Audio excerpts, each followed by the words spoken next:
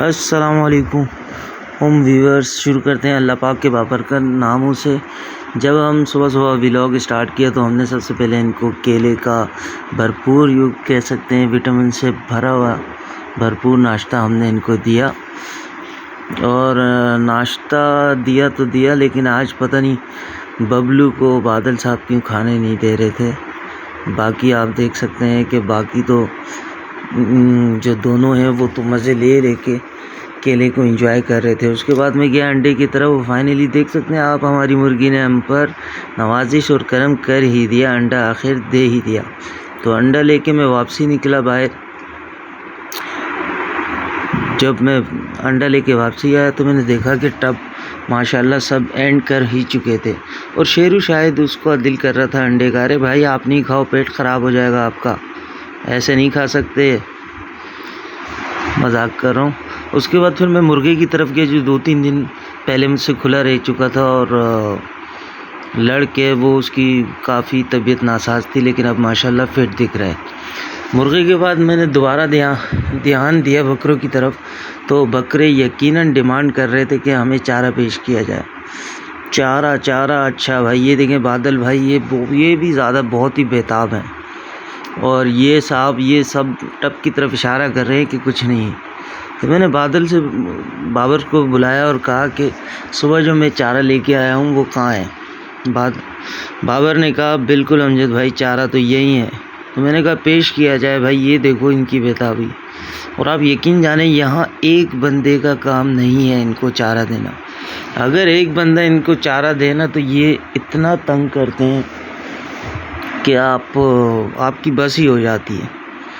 تو یہاں ہم دیکھ رہے ہیں، ہم چارہ ان کو ڈالتے رہے، اور ابھی انشاءاللہ آگے کے ویلاگس میں ان قریب اللہ نے چاہا مہین آپ لوگوں کو میں اللہ نے چاہا تو ہماری ایک بکری انشاءاللہ اللہ کے حکم سے وہ ڈیلیوری دے گی۔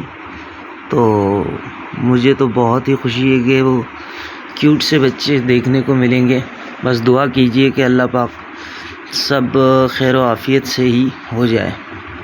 تو چلو یہاں اب ہم ان کو چارہ تو دے ہی چکے تھے، آخری بکری رہ گئی تھی، تو میں نے بابر کو کہا چلو یار تھوڑا سا اور ڈالو، کیونکہ مجھے پتہ ہے کہ یہ لوگ تھوڑی دیر تقریباً ایسے سمجھیں کہ کچھ دیر تک چلو کھاتے رہیں، کیونکہ اس کے بعد صبح جب ہم ان کو چارہ دے دیتے ہیں تو اس کے بعد ہم آتے ہیں دوپہر میں، اور دوپہر تک تاکہ یہ ہمیں تنگ نہ کرے، پانی وغیرہ چارہ سب کچھ۔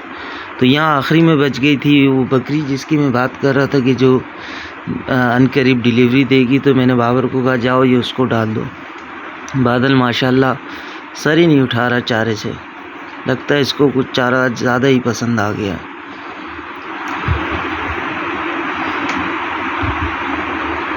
یہ ہم نے بڑی بکری کے لیے پتیلا منگوایا، کیونکہ اسے ہم باندھا رکھتے ہیں، وہ پھر یہ لوگ آپس میں لڑتے ہیں۔